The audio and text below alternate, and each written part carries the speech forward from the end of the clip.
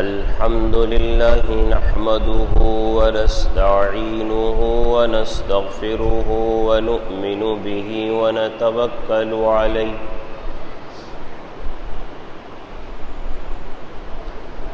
ونعوذ بالله من شرور أنفسنا ومن سيئات أعمالنا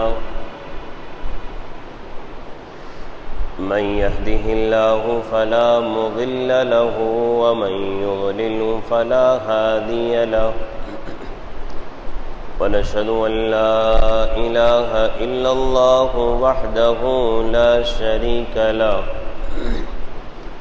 ونشهد أن سيدنا ومولانا محمدا عبده ورسوله أما بعد فأعوذ بالله من الشيطان الرجيم بسم الله الرحمن الرحيم فاتقوا الله ما استطعتم وقال النبي صلى الله عليه وسلم الصلاة والزكاة وما ملكت أيمانكم أو كما قال عليه الصلاة والسلام صدق الله العظيم وصدق رسوله النبي الكريم ونحن على ذلك لمن الشاهدين والشاكرين والحمد لله رب العالمين. عزیزان محترم اور میرے بزرگ احباب،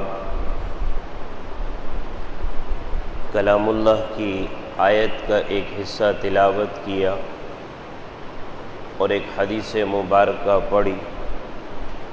اللہ اپنے فضل سے، کرم سے صحیح بات کہنے اور ہمیں اس پر عمل کی توفیق نصیب فرمائے.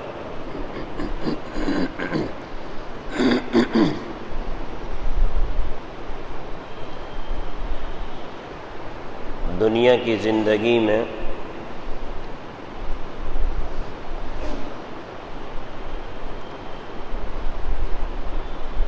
آدمی کی نظر میں اگر آخرت مقصد ہو تو دنیا کے جھمیلوں کو بھلا کر وہ ہمیشہ آخرت کی طرف متوجہ رہتا ہے. لیکن دنیا کی زندگی اگر غالب آ جائے تو پھر دنیا کے جو معاملات، دنیا کے جو احوال، دنیا کی جو بیماریاں جسے کہ روحانی بیماریاں کہا جاتا ہے، دوسرے کو برداشت نہ کرنا، دوسرے کے لیے دل میں برائی رکھنا، کینہ رکھنا، حسد کرنا، بغض کرنا، ایک دوسرے کو نیچے دکھانا، یہ سب علامتیں اس بات کی ہیں کہ دنیا غالب ہے. اور جب انسان پر آخرت غالب ہوتی ہے تو اس کو اتنی فرصت نہیں ہوتی کہ سامنے والا کیسا ہے.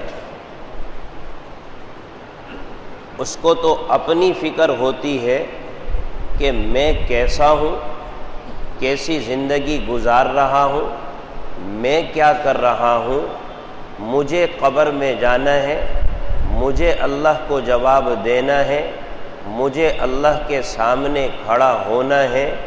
یا اللہ میری آخرت کا کیا بنے گا، یا اللہ میری قبر کا کیا بنے گا، یا اللہ جہنم میں ہر آدمی کو پیش ہونا پڑے گا بایمانہ کہ صراط مستقیم سے جب انسان گزرے گا تو جنت بھی ہوگی، جہنم بھی ہوگی. گویا کہ گزران جہنم پر سے ہو رہا ہے. اگر اللہ کا نافرمان ہوگا تو جہنم میں اوندھے منہ گرے گا، اور فرما بردار ہوگا تو صراط مستقیم سے گزر کر جنت میں چلا جائے گا. تو آخرت اگر مقصد ہوتی ہے تو پھر انسان یہ بھول جاتا ہے کہ سامنے والا کیسا ہے.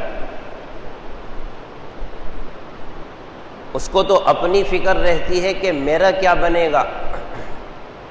اور صحیح بات یہ ہے کہ میں کتنا افضل اور بہتر ہوں، کتنا گنہگار ہوں لوگوں کے مقابلے میں اپنے آپ کو سب سے زیادہ جانتا ہوں، اس سے انکار نہیں کر سکتا کوئی۔ دنیا والوں کے سامنے سلام ہے، کلام ہے، ادب ہے، احترام ہے، اٹھنا ہے، بیٹھنا ہے، چال چلن ہے، میل جول ہے، تو سامنے والا تو ظاہر کے اعتبار سے متاثر ہو سکتا ہے، لیکن میرا باطن کیا ہے، مجھ سے بڑھ کر غیر میرے باطن کو نہیں جانتا۔ تو جب آدمی اپنے آپ کو پہچاننے لگ جاتا ہے اور پھر آخرت کی طرف توجہ ہو جاتی ہے، تو پھر دوسرے کے اوپر انگلیاں اٹھانا تو دور کی بات، فرصت نہیں ملتی کہ میں اس میں عیب تلاش کروں کہ یہ کیسا ہے تو وہ ویسا ہے۔ وہ کہتا ہے کہ ہمیں اپنی پڑی ہے، وہ آخرت کا منظر ان کے سامنے دنیا میں چل رہا ہوتا ہے کہ یا اللہ میرا کیا بنے گا، جبکہ آخرت میں حال یہ ہوگا کہ میرا کیا بنے گا کہ حضرات انبیاء علیہ السلام کی خدمت میں جب امتی آئیں گے کہ آج کا دن انتہائی وحشت والا دن ہے، آپ اللہ کی بارگاہ میں سفارش فرمائیے، حضرت آدم علیہ السلام سے لے کر حضرت عیسیٰ علیہ السلام تک کوئی نبی یہ مجال نہیں کر سکے گا کہ امت کے حق میں سفارش کرے۔ خلاصہ کیا ہوگا؟ نفسی نفسی، میرا کیا بنے گا، میرا کیا بنے گا۔ تو اللہ کے نیک بندے جب دنیا کی زندگی گزارتے ہیں اور آخرت جب مقصد ہوتی ہے تو وہ یہیں پر یہ کہنا شروع کر دیتے ہیں کہ میرا کیا بنے گا، اس لیے کہ آخرت میں جب حضرات انبیاء علیہ السلام کی خدمت میں امت جائے گی اور سفارش کی بات کرے گی تو انبیاء علیہ السلام اپنے وہ معاملات جو اللہ کی نسبت سے دنیا کے اعتبار سے متاثر ہو گئے تھے ان کو گنوانا شروع کر دیں گے۔ حضرت آدم، بھائی مجھ سے تو یہ ہو گیا تھا، لہذا میری مجال نہیں کہ اللہ کی بارگاہ میں جاؤں۔ حضرت ابراہیم، مجھ سے تو یہ معاملہ ہو گیا تھا، میری مجال نہیں اللہ کی بارگاہ میں جاؤں۔ حضرت نوح، مجھ سے تو یہ معاملہ ہو گیا تھا، میری مجال نہیں اللہ کی بارگاہ میں جاؤں۔ حضرت موسیٰ، مجھ سے یہ ہوا۔ حضرت عیسیٰ، مجھ سے یوں ہوا، ایسا ہوا۔ وہاں پر آخرت کے اعتبار سے اعمال سامنے آ جائیں گے۔ تو دنیا کی زندگی جب مسلمان آخرت کو مد نظر رکھ کر گزارتا ہے تو اس کے اپنے اعمال سامنے آ جاتے ہیں، وہ دوسروں پر کیا انگلی اٹھائے، یا اللہ میرا کیا بنے گا۔ میں اپنے آپ کو جانتا ہوں کہ میں کتنا اللہ کو ناراض کرتا ہوں، چھپ چھپ کر ناراض کرتا ہوں، خاموشی سے ناراض کرتا ہوں۔ دنیا والوں کے سامنے میرا کردار الگ ہے، اللہ اور میرے درمیان معاملات الگ ہیں۔ اللہ کو تو میں دھوکہ نہیں دے سکتا، لہذا گاہے گاہے چھپ چھپ کر کہتا ہوں کہ استغفر اللہ ربی من کل ذنب اذنبتہ عمدا خطأ سرا او علانیہ۔ یا اللہ میں اپنے آپ کو جانتا ہوں کہ میں کس قدر پانی میں ہوں، تبھی آپ سے کہتا ہوں کہ ربی من کل ذنب اذنبتہ عمدا، جان بوجھ کے بھی گناہ کر لیتا ہوں، میں مانتا ہوں آپ سے توبہ مانگتا ہوں، اور بھولے سے بھی کر لیتا ہوں، میں مانتا ہوں آپ سے توبہ کرتا ہوں۔ یا اللہ میرا حال یہ ہے کہ جب میرے اوپر نفس غالب آتا ہے تو میں کھلم کھلا آپ کی نافرمانی بھی کر بیٹھتا ہوں۔ یا اللہ میں اس کو بھی مانتا اور جانتا ہوں، استغفار کرتا ہوں۔ یا اللہ جب میں دنیا والوں کو دھوکہ دیتا ہوں، ظاہر کے اعتبار سے میرا لبادہ الگ ہے، باطن کے اعتبار سے میرا لبادہ الگ ہے۔ یا اللہ میں چھپ چھپ کر بھی گناہ کرتا ہوں، دنیا مجھے نیک صالح سمجھتی ہے لیکن میرا باطن آپ کے سامنے ہے، لہذا خطأ سرا او علانیہ اتوب الی اتوب الی اتوب الی۔ اور یا اللہ میں تو اتنا کمزور ہوں دنیا کے اعتبار سے، ایسے بھی گناہ غفلت میں کر جاتا ہوں کہ مجھے پتہ نہیں لگتا کہ میں گناہ کر رہا ہوں کہ نہیں کر رہا۔ یہ انسان کی حالت ہے۔ من الذنب الذی اعلم ومن الذنب الذی لا اعلم. انسان کی زندگی دنیا میں ایسی ہو سکتی ہے لیکن واقعتاً انسان کمزور ہے، گناہ کرتا ہے، پتہ نہیں لگتا کہ گناہ کر رہا ہوں. غفلت نہیں. حضرت سفیان ثوری، سور کہا جاتا ہے بھینسے کو، سور کہا جاتا ہے بھینسے کو. حضرت سفیان ثوری رحمۃ اللہ علیہ، ان کا نام پڑا سور، جسے ہم کہتے ہیں نا بیل، جاموس یا اور کوئی نام لے لیں، ایسا جانور. حضرت سفیان ثوری رحمۃ اللہ علیہ مسجد میں داخل ہونے لگے، الٹا پاؤں رکھا، آواز آئی سور او بیل کیا کر رہے ہو؟ سمجھ رہے بات؟ حضرت سفیان ثوری رحمۃ اللہ علیہ، اللہ سے ایسا تعلق تھا، ایسا ایک پاؤں الٹا مسجد میں پڑھنے لگا، آواز آ رہی ہے سور او بیل کیا کر رہے ہو؟ انسان بنایا ہے، احکم الحاکمین کے دربار میں الٹا پاؤں آگے بڑھاتے ہو؟ احکم الحاکمین کے دربار میں الٹا پاؤں رکھتے ہو؟ سور او بھینسے، جانور. اللہ اور بندے کا معاملہ ہے، ایک دم پاؤں پیچھے. یہ کیا غلطی ہے؟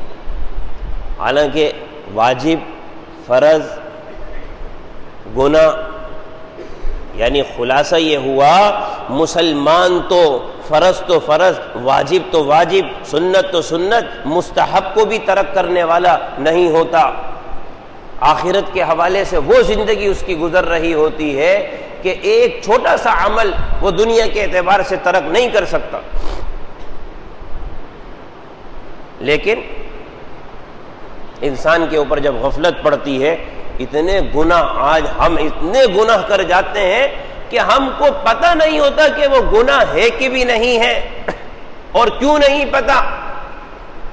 یہ ہمارا عذر قابل قبول نہیں ہے، اس لیے کہ دارالاسلام میں رہ رہے ہیں، دارالاسلام میں رہ رہے ہیں. ایک آدمی آ کر کہتا ہے میں نے جناب والا قسم کھائی ہے، اور قسم کھانے کے بعد میں نے کہا اللہ کی قسم میں یہ کام نہیں کروں گا، اور میں کر گیا. شریعت نے کہا کہ کفارہ دو. وہ کہتے ہیں مولانا صاحب مجھے پتہ نہیں تھا کفارہ کیا چیز ہوتی ہے. ارے مسلمان ہو کر، مسلمانوں کے ملک میں رہتے ہوئے تمہیں پتہ نہیں کہ کفارہ کیا چیز ہوتی ہے؟ شریعت اس بات کو نہیں مانتی. تو لہذا گناہ کر رہا ہوتا ہے اور معلوم نہیں ہے کہ گناہ کر رہا ہوں نہیں کر رہا، اور پھر کیا کہتا ہے من الذنب الذی اعلم، یا اللہ میں تو اتنا جری اور سرکش ہوں، بہت سے گناہ میں نے ایسے کیے ہیں کہ مجھے پتا تھا کہ یہ گناہ ہے پھر بھی میں گناہ کر رہا تھا، اور یا اللہ میں اتنا غافل انسان ہوں.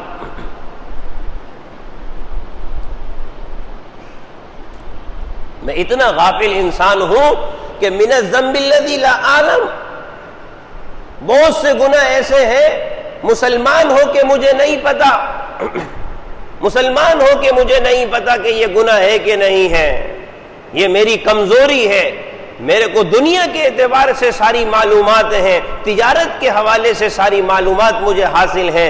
اگر کچھ معلوم نہیں ہے تو اللہ اس کے رسول کے دین کی مجھے معلومات نہیں ہے. اور میں پھر آپ کی بارگاہ میں کہتا ہوں من الذنب الذی اعلم، میں انتہائی سرکش تھا، گناہ کرتا تھا جان بوجھ کر بھی، اور انتہائی غافل تھا. من الذنب الذی لا اعلم، بہت سے گناہ ایسے بھی کر گیا کہ میں نے سوچا نہیں، سمجھا نہیں، پڑھا نہیں، اور پھر آپ کی نافرمانیاں کرتا چلا گیا. یا اللہ ہر گناہ کے حوالے سے آپ کی بارگاہ میں استغفار کرتا ہوں. من الذنب الذی اعلم ومن الذنب الذی لا اعلم انک انت علام الغیوب. باری تعالیٰ چھپ چھپ کے گناہ تو کرتا ہوں لیکن آپ تو غیب کو جاننے والے ہیں. انک انت علام الغیوب، یہ جملہ یاد رکھنا چاہیے. جہاں کہیں تنہائیوں میں شیطان سوار ہونے لگے تو کرامن کاتبین، کرامن کاتبین. جہاں کہیں یہ دشمن شیطان سوار ہو تو اللہ نے اتنا قریب ہمارے دو افراد کو بٹھا دیا، دو نفر کرامن کاتبین. پھر بھی اگر سمجھ میں نہیں آئے تو ہمارا عقیدہ ہے انک انت علام الغیوب، آپ غیب کو جاننے والے ہیں۔ یہ 4 دیواری 4 کمرہ جس میں میں تنہا ہوں، کوئی دیکھنے والا نہیں، یا اللہ آپ تو سب کچھ جاننے والے ہیں۔ پھر بھی سمجھ میں نہ آئے تو یہ آیت یاد رکھ لے، انہ علیم بذات الصدور، گناہ تو گناہ، دل میں گناہ کا خیال بھی آئے گا نا، اللہ اس سے باخبر ہے۔ پھر بھی سمجھ میں نہیں آئے تو اللہ کہتا ہے وَنَحْنُ أَقْرَبُ إِلَيْهِ مِنْ حَبْلِ الْوَرِيدِ، ارے تمہارے شہ رگ سے زیادہ ہم قریب ہیں، تمہاری شہ رگ سے زیادہ ہم قریب ہیں۔ اللہ کہتا ہے جاؤ گے کہاں؟ ایک ہی ٹھکانہ ہے، فَفِرُّوا إِلَى اللَّهِ، فَفِرُّوا إِلَى اللَّهِ، جاؤ گے کہاں؟ کوئی ٹھکانہ تمہارا ماوا ملجا نہیں ہے۔ تم آنے سے پہلے بھی اللہ کے محتاج تھے، رہنے میں بھی اللہ کے محتاج ہو، جانے میں بھی اللہ کے محتاج ہو۔ ہم کہتے ہیں انا للہ، یا اللہ ہم سبھی کچھ آپ کے ہیں، وَإِنَّا إِلَيْهِ رَاجِعُونَ، ہم مر کے جائیں گے کہاں؟ آپ ہی کی طرف لوٹیں گے۔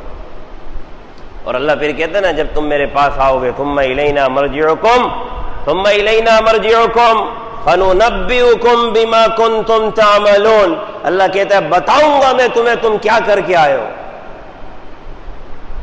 میں تمہیں بتاؤں تم کیا کر کے آئے۔ تم سمجھتے تھے کوئی دیکھنے والا نہیں، 4 دیواری ہے، 4 دیواری ہے، کوئی دیکھنے والا نہیں، اللہ تو دیکھ رہا ہے۔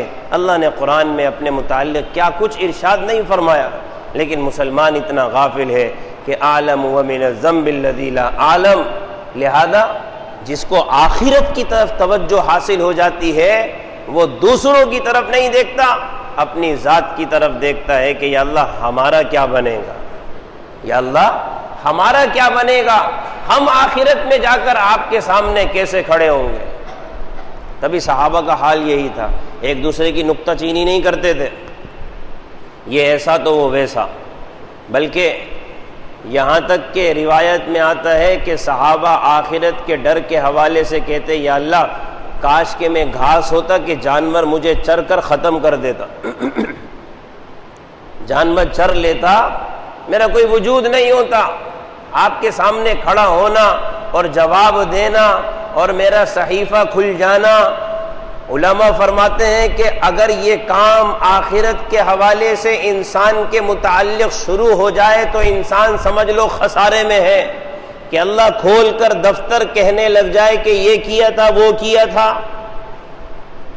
تو تبھی آدمی کیا کہتا ہے اللہم حاسبنی حسابا یسیرا، یا اللہ آخرت میں ہمارا حساب کیجئے گا لیکن آسان حساب کیجئے گا۔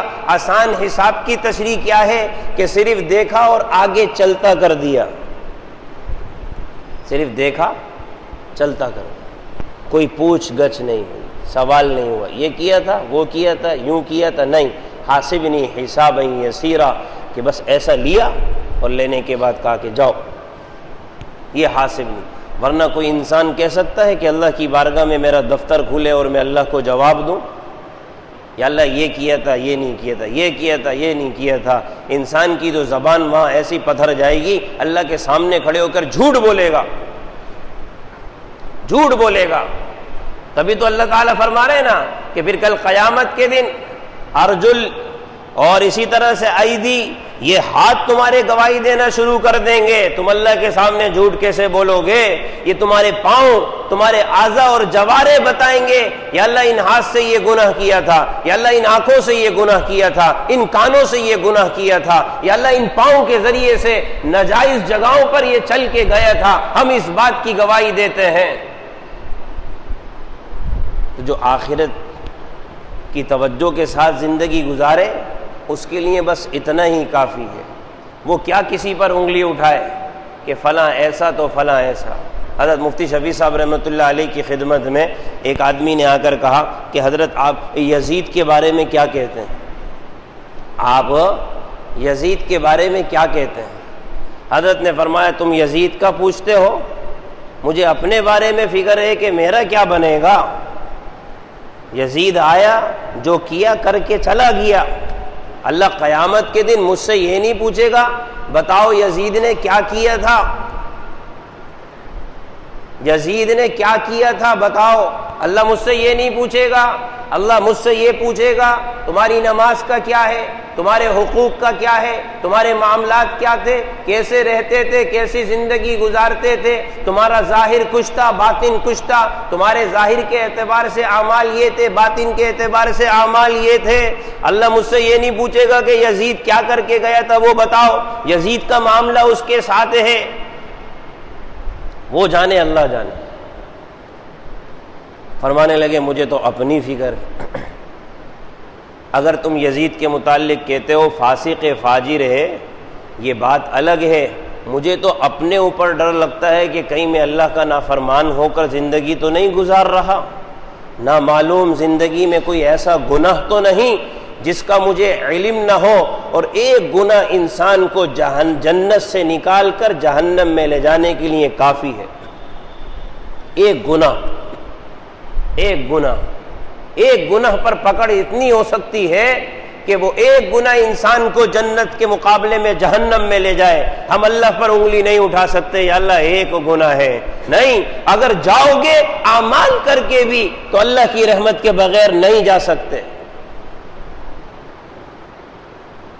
اور اس کی شہادت آپ صلی اللہ علیہ وسلم خود ارشاد فرما رہے ہیں کہ جو بھی جنت میں جائے گا رحمت خداوندی کی بنیاد پر جائے گا۔ تمہاری نمازیں ایک طرف، تمہارا حج ایک طرف، تمہاری عبادتیں ایک طرف کرنے کے تم مکلف ہو، لیکن اس کی بنیاد پر اللہ پر انگلی نہیں اٹھا سکتے، اللہ پر زور نہیں چلا سکتے، اللہ پر اپنا حق نہیں جتلا سکتے۔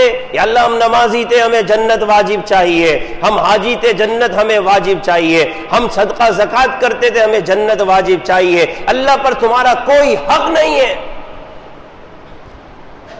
جتنا دیا اس کا حق ادا کر دیا، جتنا دیا اس کا حق ادا کر دیا کہ ہم کہیں گے۔ لہذا نبی علیہ الصلوۃ والسلام نے فیصلہ فرما دیا، جاؤ گے جنت میں رحمت خداوندی کی بنیاد پر، اعمال کی طرف گھمنڈ نہ کرنا۔ اور حضرت عائشہ نے تو اتنا بڑا سوال کر کے کہ سب کی گویا کہ آنکھیں کھول دیں، عین موقع پر کہنے لگی یا رسول اللہ آپ اپنے متعلق تو بتلائیے۔ دیکھ رہے ہیں سوال کیسا کر لیا، آپ اپنے متعلق تو بتلائیے۔ جن کے سجدے کا حال یہ ہوتا تھا کہ حضرت عائشہ رضی اللہ عنہا فکر مند ہوتی تھیں کہیں سجدے میں ہی تو روح پرواز نہیں کر گئی۔ جن کے قیام کا حال یہ ہوتا تھا کہ حضرت عائشہ کہتی ہیں یا رسول اللہ رحم کہاں ہے اپنے اوپر، پاؤں اتنے موٹے موٹے ہو رہے ہیں، سوج رہے ہیں پاؤں، یہ آپ کا قیام ہے، یہ آپ کا سجدہ ہے۔ اور جب آپ نماز پڑھنے پر آ رہے ہیں تو صحابہ پوچھتے ہیں یا رسول اللہ ایسی نماز کبھی زندگی میں نہیں دیکھی، کیا کر رہے تھے نماز میں؟ کہنے لگے اللہ سے اپنی امت کے لیے مانگ رہا تھا، اور یہ نماز میری امید اور خوف کی نماز تھی۔ اور صحابی آ کر کہنے لگے کہ میں نے چاہا کہ اللہ کے رسول صلی اللہ علیہ وسلم کے ساتھ کھڑے ہو کر نماز پڑھوں، فرمانے لگے میں بے طاقت ہو گیا۔ آپ نے سورہ فاتحہ ختم کی، سورۃ البقرہ ختم کی، اور سورہ بقرہ کے بعد آل عمران ختم کی، آل عمران کے بعد نساء ختم کی، نساء کے بعد مائدہ ختم کی، انعام تک آئے۔ کہنے لگے میں نے نیت توڑ دی، آپ کے ساتھ نہیں کھڑا ہو سکتا۔ سمجھ رہے ہیں بات؟ آپ کے ساتھ یہ صرف قیام کا حال ہے۔ وہ صحابی ابھی رکوع میں جاتے تو اللہ کے نبی کا رکوع، وہ آپ صلی اللہ علیہ وسلم کے سجدے میں جاتے، اللہ کے نبی کا سجدہ کیا ہے کہ جس میں بیوی خوف زدہ ہو جائے؟ ایسا تو نہیں کہ اتنا لمبا سجدہ کر رہے ہیں کہ اٹھ نہیں رہے، اور روایت میں آتے آپ کے پاؤں کو ایسے حرکت دیا۔ خاوند محبوب آپ نے انگلی کو حرکت دی کہ زندہ ہوں، زندہ اپنے رب کی بارگاہ میں سر بسجود ہوں، زندہ ہوں، زندہ عائشہ زندہ ہوں، عائشہ زندہ ہوں، لیکن اپنے رب کی بارگاہ میں سر بسجود ہوں۔ یہ عالم تھا۔ ان تمام اعمال کی بنیاد پر حضرت عائشہ کہتی ہیں یا رسول اللہ آپ کا کیا مسئلہ ہے، آپ کا کیا مسئلہ ہے، آپ اپنے متعلق تو بتلائیے کہ آپ بھی رحمت خداوندی کی بدولت جنت میں جائیں گے۔ کیا سوال کیا ہے.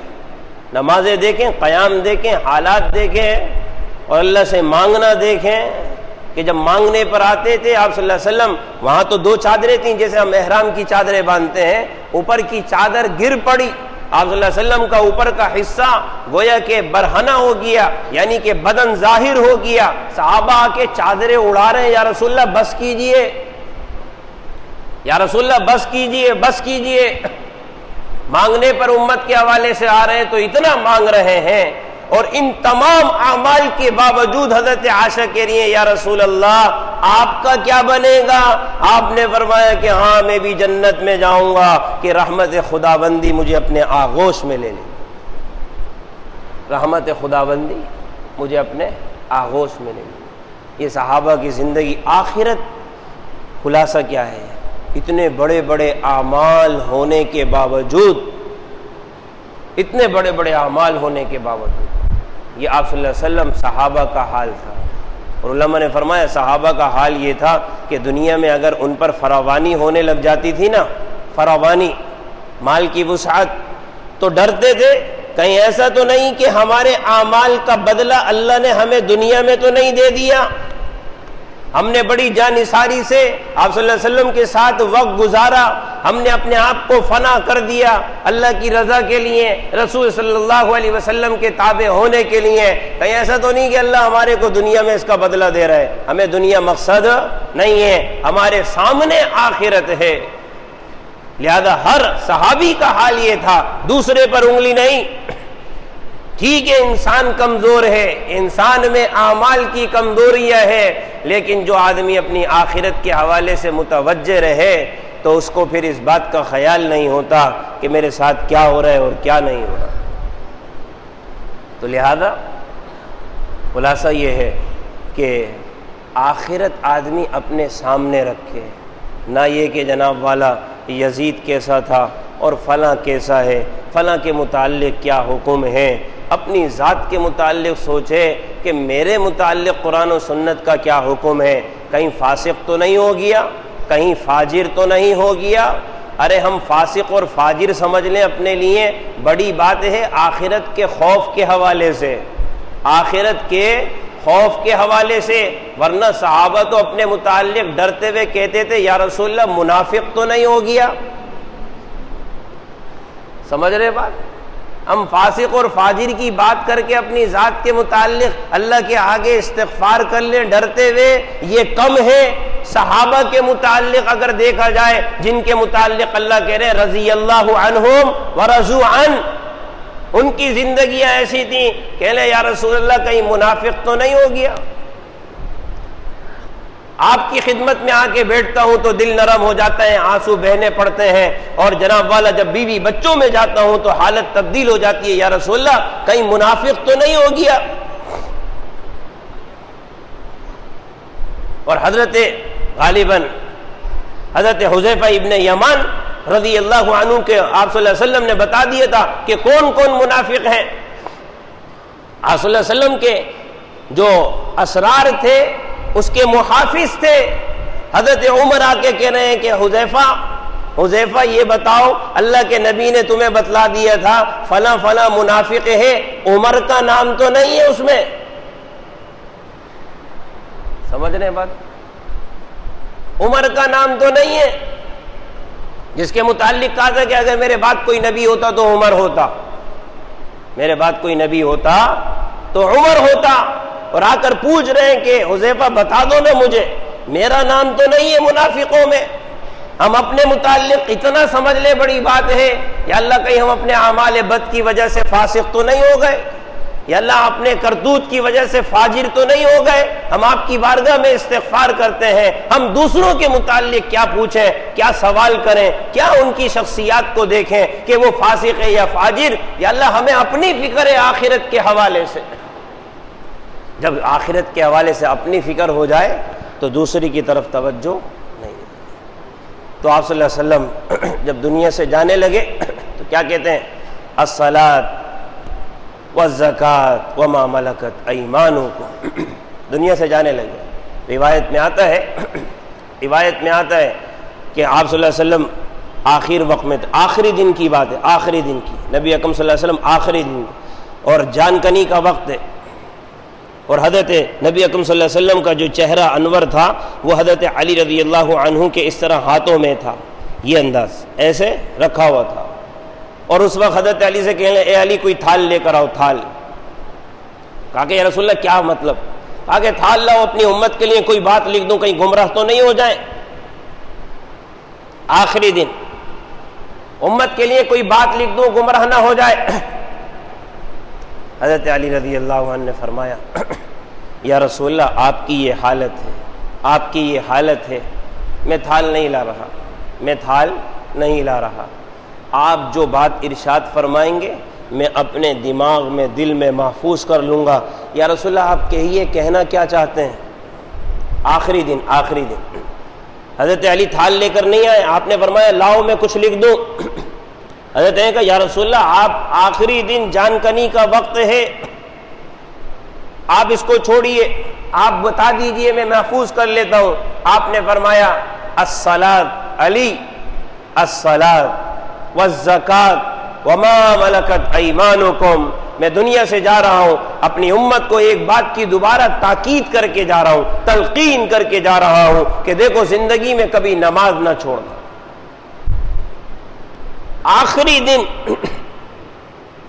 علی مرتضیٰ داماد یہاں پر جو الصلاۃ، نماز نہ چھوڑنا، والزکاۃ، زکات کو کبھی ترک نہ کرنا، وما ملکت ایمانکم، اپنے ماتحتوں کے ساتھ اچھا سلوک کرنا۔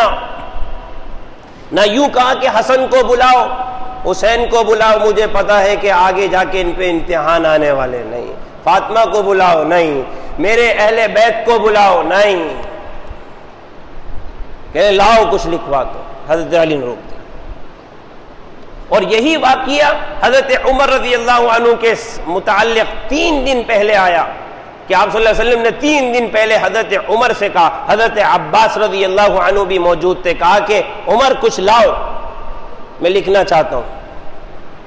عمر 3 دن پہلے، اور یہ آخری دن کا واقعہ، حضرت عمر نے اسی منشا کی بنیاد پر یا رسول اللہ طبیعت صحیح نہیں ہے، یا رسول اللہ طبیعت صحیح نہیں ہے، یعنی آپ جو کہنا چاہتے ہیں ہم نے آپ کے ہزاروں اقوال امت کے لیے محفوظ کر لیے، آپ نے آخری خطبے میں کہہ دیا تھا کہ میری بات آگے لوگوں تک پہنچاؤ، بلغوا عنی ولو آیا، یا رسول اللہ ہم سب محفوظ کر لیں گے، آپ بتائیں۔ یہی معاملہ 3 دن پہ، یہی معاملہ، لیکن اہل تشیع احباب کیا کہتے ہیں کہ حضرت عمر نے غلط کیا، حضرت عمر نے غلط کیا، اور علی نے، حضرت عمر نے غلط کیا، کیا ہے؟ وہ علی کی خلافت کو لکھنا چاہ رہے تھے، وہ خلافت کی تفصیل بتلانا چاہ رہے تھے۔ عمر نے لا کر رضی اللہ عنہ نے آپ کو کوئی چیز نہیں دی، کہیں ایسا نہ ہو کہ علی کو خلافت نہ مل جائے، علی کو خلافت نہ مل۔ حضرت عمر رضی اللہ عنہ کا یہ معاملہ خلافت کے حوالے سے، ان کو لوگوں پہ حکمرانی کرنا، لوگوں پر حکمرانی کرنے کا کیا شوق ہے کہ جبکہ وہ شیطان پر حکمرانی کرنے والے تھے کہ اگر سامنے سے آئے تو شیطان رفو چکر ہو جاتا تھا، انسان تو انسان، شیطان بھاگ جاتے تھے۔ اللہ نے نبی کی زندگی میں یہ ان کو ملکہ دیا تھا، کیا اس بنیاد پر اللہ کے رسول صلی اللہ علیہ وسلم کی بات کو نعوذ باللہ ترک کرنے والے تھے؟ وہ اپنی جان دینے والے تھے، اپنی جان فدا کرنے والے تھے۔ آپ صلی اللہ علیہ وسلم پر کوئی آنچ آ جائے، کوئی تکلیف آ جائے، کہتے یا رسول اللہ آپ حکم دیجئے، سمندروں میں چھلانگ لگا لیں گے، ہم یہ نہیں پوچھیں گے آپ نے یہ کیوں کہا۔ آپ کے وضو کا پانی زمین پہ گرنا نہیں دینا چاہتے تھے، آپ کا پسینہ اپنی بوتلوں میں بھر لیا کرتے تھے۔ وہ مرتے وقت، دنیا سے جاتے وقت آپ صلی اللہ علیہ وسلم کی نافرمانیاں کریں گے، جن کے متعلق آپ نے فرمایا کہ میرے بعد اگر کوئی نبی ہوتا تو عمر ہوتا، لیکن عمر سے نفرت ہے، عمر کے لیے دل میں محبت نہیں ہے، لہذا کہا جاتا ہے کہ عمر نے علی کی خلافت کو چھپایا، علی کی خلافت کو چھپایا۔ تو 3 دن پہلے کی بات ہے، آخری دن تو یہی کام حضرت علی نے کیا۔ اس وقت تو معاملہ اور زیادہ حساس کا تھا کہ آپ صلی اللہ علیہ وسلم حضرت عمر کے اس بات اور اس عمل کی وجہ سے کسی بات کو امت تک پہنچانے سے رک جاتے۔ آپ نے حق بات کو پہنچانے کے لیے کسی کی پرواہ نہیں کی، یہاں تک کہ کافروں نے آ کر ابو طالب کو کہا کہ اپنے بھتیجے کو سنبھال لو ورنہ آج کے بعد ہمارا تمہارا کوئی تعلق نہیں۔ آپ کو بلایا، کہا کہ بھتیجے اتنا بوجھ رکھو میرے اوپر کہ برداشت کر لوں۔ کہا کہ چچا جان اگر دائیں ہاتھ میں سورج رکھ دیا جائے، بائیں ہاتھ میں چاند رکھ دیا جائے، تب بھی میں اس حق بات کو پہنچانے سے پیچھے۔ تو حضرت عمر کے اس عمل سے کہ آپ صلی اللہ علیہ وسلم ڈر گئے، خوف زدہ ہو گئے، حق بات کو چھپا لیا، جبکہ ابھی زندگی کے 3 دن باقی تھے، زندگی کے 3 دن باقی تھے، 3 دن باقی تھے۔ آخری دن حضرت علی نے بھی یہی کام کیا۔ تو حضرت علی کا عمل تو اس سے بڑھ کر اگر دیکھا جائے، اللہ نہ کرے کہا جائے کہ نافرمانی کا ہے، تو وہ عمر سے بڑھ کر حضرت علی کا ہوا۔ ارے آج ہی جا رہے تھے، کم سے کم آج تو کروا لیتے۔ تمہاری نظر میں اگر عمر برا تھا، علی تم تو کر لیتے۔ بات سمجھ میں آ رہی؟ علی تم تو کر لیتے، لیکن آپ صلی اللہ علیہ وسلم نے وضاحت فرما دی۔ علی میں کیا کہنا چاہتا ہوں، علی میں کیا کہنا چاہتا ہوں، الصلاۃ والزکاۃ وما ملکت ایمانکم، بات واضح ہو گئی۔ لہذا ہمارے اپنے اعمال کیا کہ حضرت عمر کو ہم دیکھیں کہ کیا غلط کیا اور کیا صحیح کیا، حضرت عمر کو ہم دیکھیں کہ کیا صحیح کیا کیا غلط کیا۔ لوگ کہنے لگے کہ عمر بن عبدالعزیز افضل بہتر ہے یا حضرت امیر معاویہ افضل بہتر ہے۔ غالباً حضرت عبداللہ ابن مبارک نے کہا، ارے حضرت امیر معاویہ نے جس گھوڑے پر بیٹھ کر نبی اکرم صلی اللہ علیہ وسلم کے ساتھ جہاد میں شرکت کی ہے، ان گھوڑوں کی ٹاپوں کی وجہ سے جو اڑنے والی دھول ہے، اور وہ دھول بھی انسان کی ناک میں، جانور کی ناک میں چلی جائے نا، تو کہا کہ وہ دھول بھی عمر بن عبدالعزیز سے افضل ہے۔ جس پر امیر معاویہ بیٹھ کر دھول اڑا رہے ہیں نا، جس گھوڑے کی ٹاپوں سے دھول اڑا رہے ہیں امیر معاویہ، وہ دھول بھی عمر بن عبدالعزیز سے افضل ہے۔ تم امیر معاویہ اور عمر بن عبدالعزیز کا مقابلہ کرتے ہو، وہ رضی اللہ عنہ ہے، وہ رحمہ اللہ ہے، وہ رحمہ اللہ۔ کسی کو جب اپنی آخرت کی فکر ہوتی ہے نا تو دوسروں پر انگلی نہیں اٹھاتا۔ جب غافل ہو جاتا ہے، غفلت بڑھتی چلی جاتی ہے، تو وہ نہ ماں کو دیکھتا ہے، نہ باپ کو دیکھتا ہے، نہ شیخ کو دیکھتا ہے، نہ اللہ کے نیک بندے کو دیکھتا ہے، سلسلہ چلتا چلا جاتا ہے۔ صحابی تو صحابی، خلفائے راشدین کو وہ عیب دار ٹھہرا دیتا ہے۔ یہ ضلالت اور گمراہی اللہ کی طرف سے دوری ہے۔ اللہ سمجھ کی، عمل کی توفیق نصیب فرمائے۔ وآخر دعوانا